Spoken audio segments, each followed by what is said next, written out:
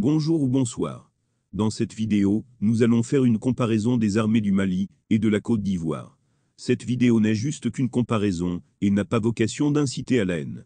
Les données que vous allez voir proviennent de Global Army Power Index, qui est spécialisé dans la fourniture de données comparatives des armées. Abdontrad est une entreprise spécialisée dans le commerce en ligne, dont l'import et l'export, ainsi que le service agropastoral à tout prix. Exportez vos produits en toute sécurité partout dans le monde, afin de battre toute concurrence du marché. Nous vous permettons d'acheter directement auprès des fournisseurs. Contactez-nous sur nos différentes plateformes. UPD Trad, votre partenaire de confiance, qui vous fait gagner plus de bénéfices. Personnel des forces armées 2. Mali, 13 500 contre 8 000 pour la Côte d'Ivoire. Personnel des armées paramilitaires, comme les volontaires et mercenaires, Mali, 7 800, Côte d'Ivoire, 0 dépenses en CFA par habitant pour leur protection. Mali, 9 695 millions de francs CFA, Côte d'Ivoire, 6 100 millions de francs CFA. Dotation d'armes aux forces armées. Dépenses militaires en pourcentage du PIB, Mali, 7,9%, Côte d'Ivoire, 4%, dépenses militaires en CFA chaque année. Mali, 283 milliards, Côte d'Ivoire, 165 milliards. Équipements militaires 2. Camions de combat blindés 2. Mali, 1045, Côte d'Ivoire, 225 avions de guerre. Mali, 40, Côte d'Ivoire, 11 hélicoptères de combat. Mali, 87, Côte d'Ivoire, 34. De la Côte d'Ivoire. Cette vidéo n'est juste qu'une comparaison et n'a pas vocation d'inciter à la haine. Les données que vous allez voir proviennent de Global Army Power Index, qui est spécialisé dans la fourniture de données comparatives des armées. Abdontrad est une entreprise spécialisée dans le commerce en ligne, dont l'import et l'export, ainsi que le service agropastoral à tout prix. Exportez vos produits en toute sécurité partout dans le monde, afin de battre toute concurrence du marché. Nous vous permettons d'acheter directement auprès des fournisseurs. Contactez-nous sur nos différentes plateformes. UPD Trad, votre partenaire de confiance, qui vous fait gagner plus de bénéfices. Personnel des forces armées 2. Mali, 13 500 contre 8 000 pour la Côte d'Ivoire. Personnel des armées paramilitaires, comme les volontaires et mercenaires, Mali, 7 800, Côte d'Ivoire, 0 dépenses en CFA par habitant pour leur protection. Mali, 9 695 millions de francs CFA, Côte d'Ivoire, 6 100 millions de francs CFA. Dotation d'armes aux forces armées. Dépenses militaires en pourcentage du PIB, Mali, 7,9%, Côte d'Ivoire, 4%, dépenses militaires en CFA chaque année. Mali, 283 milliards, Côte d'Ivoire, 165 milliards. Équipements militaires 2. Camions de combat blindés 2. Mali, 1045, Côte d'Ivoire, 225 avions de guerre. Mali, 40, Côte d'Ivoire, 11 hélicoptères de combat. Mali, 87, Côte d'Ivoire, 34. Le terrorisme au Mali, l'épée malienne trempe le cœur de l'âdre, le combat de David contre Goliath, la saga de la lutte antiterroriste au Mali dans les terres arides du Mali. Une lutte titanesque se joue depuis des années.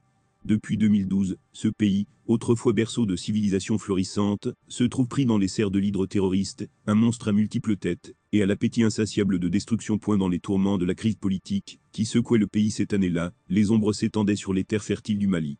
Des groupes rebelles, tapis dans l'ombre des dunes, associés à des entités terroristes, s'avançaient, des tempêtes de sable menaçant de submerger la capitale Bamako. Dans cette heure sombre, le président de l'époque, Dioncounda Traoré, a lancé un appel à l'aide, un cri de détresse empreint de désespoir à la France, invoquant la nécessité d'arrêter l'avancée des forces de l'ombre.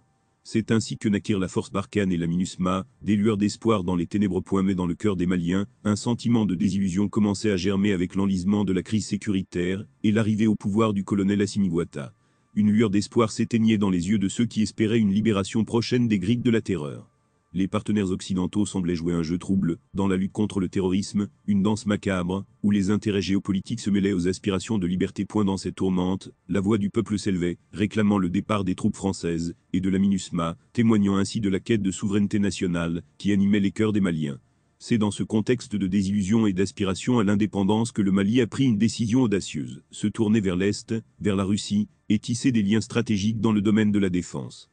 Ce partenariat a apporté un souffle nouveau à l'armée malienne, lui offrant les outils nécessaires pour affronter l'hydre terroriste qui menaçait l'intégrité de la nation. Les équipements de guerre, les instructeurs russes, les forces armées maliennes se sont renforcées, se sont endurcies, prêtes à affronter le défi avec détermination et courage. Et c'est au cœur de cette lutte que se dresse le récit d'une victoire, une lueur d'espoir dans la nuit obscure de la terreur. Au cours d'une opération courageuse, les forces armées maliennes ont neutralisé Ali Skou, alias Yedi, un chef djihadiste redoutable, qui semait la mort et la désolation dans les contrées reculées du pays. Le haut commandement de l'armée malienne, dans un communiqué empreint de fierté et de détermination, a déclaré la victoire, annonçant la mort de cet ennemi de la paix. Les combats ont été pressants, les sacrifices nombreux, mais la volonté de protéger les populations, de ramener la paix dans les villages assiégés, a triomphé. Dans les semaines qui ont suivi, les affrontements se sont intensifiés, les militaires maliens s'enfonçant toujours plus profondément dans le cœur de l'hydre terroriste.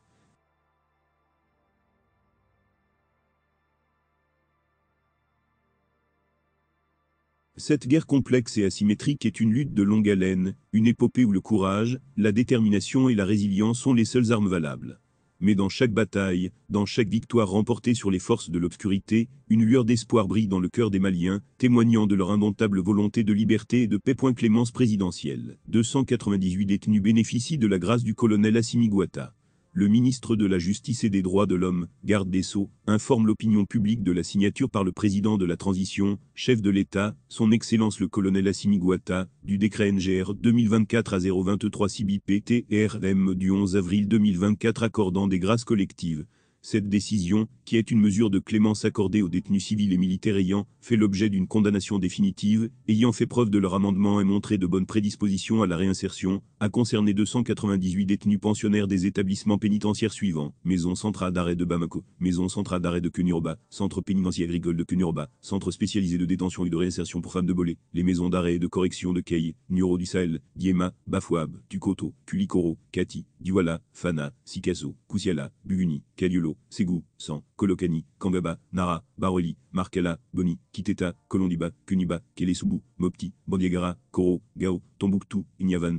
Les intéressés ont bénéficié, selon leur situation pénale, de remises partielles ou totales sur le reliquat de la peine au terme de l'article 65 de la Constitution du 22 juillet 2023 et de l'article 2 de la loi NGR 82-117/Blanc-RM du 23 décembre 1982 déterminant les conditions d'exercice du droit de grâce. Cette décision, motivée par des raisons hautement humanitaires, eu égard à la période de grande canicule, aux effets forts